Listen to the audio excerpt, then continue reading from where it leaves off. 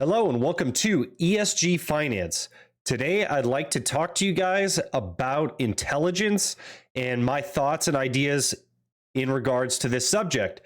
So, a quick Google search will tell you that intelligence is the ability to acquire and apply knowledge and skill. So, I think that based on this definition, what's important about this definition is the application part. So, you can acquire infinite amounts of knowledge. Let's just pretend that that is reality. What does it matter if you cannot apply said knowledge? It's just going to stay in your brain and just stay there. And when you die, it's gone, right? So, kind of the application of acquired knowledge, problem solving, and more particularly, what I think this definition needs is problem solving over time. Because I can solve a problem over 10 years, or I could solve a problem over 1 year.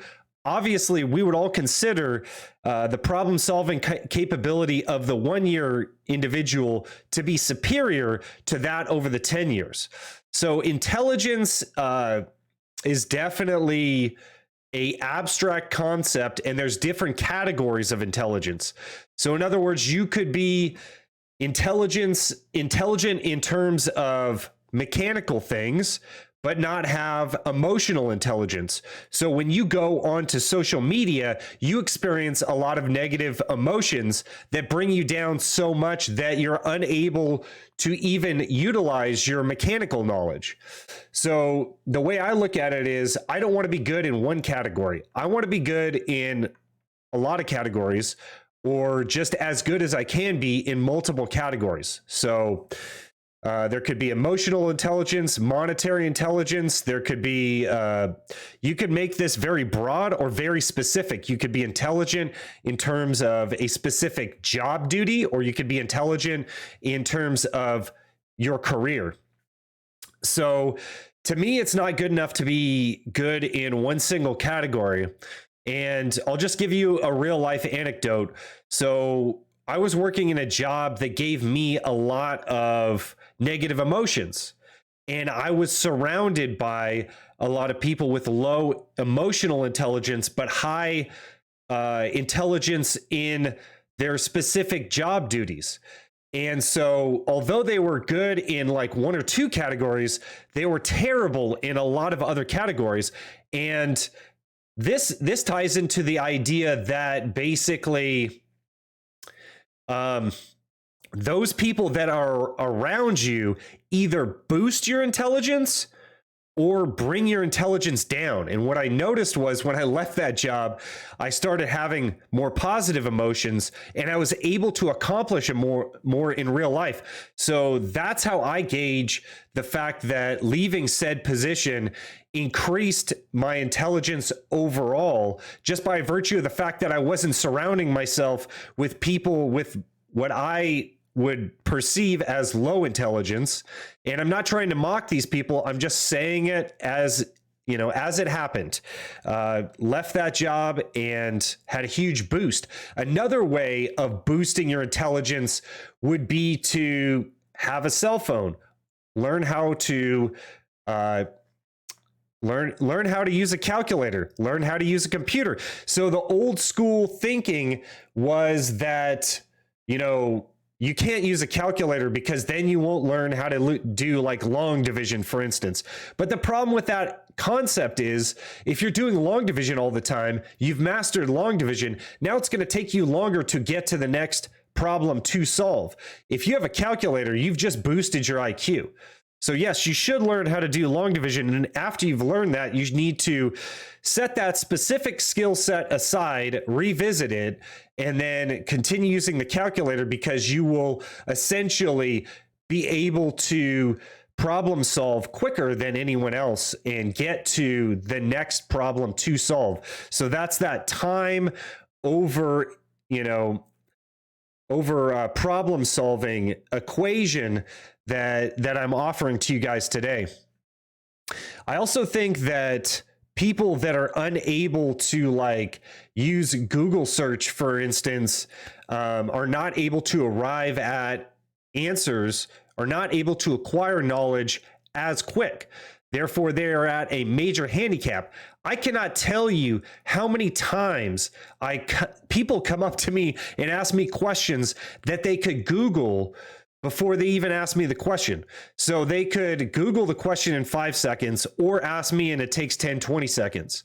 So that's the knowledge acquisition portion.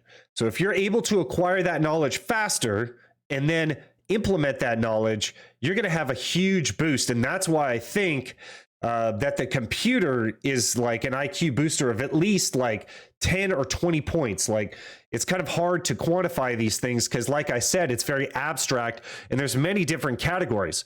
You could see the computer as, you know, a negative as well. So if you are essentially on social media and you're only using the computer not for the acquisition of knowledge, but to, you know, socialize, and you're getting a lot of negative emotions and you're running into a lot of unintelligent people, again, that's going to lower your IQ. So you have to override that concept and you have to learn how to manipulate the computer to best suit your needs. And I think that that's a really interesting aspect of intelligence as well. Now, you could say, what if I take that computer away from you?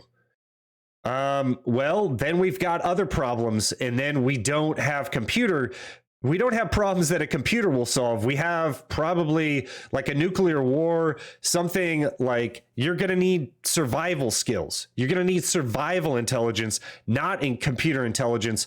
So I feel like the ability to use a computer in and of itself tells me that it is very useful because you're not having to like be a hunter-gatherer or something like that.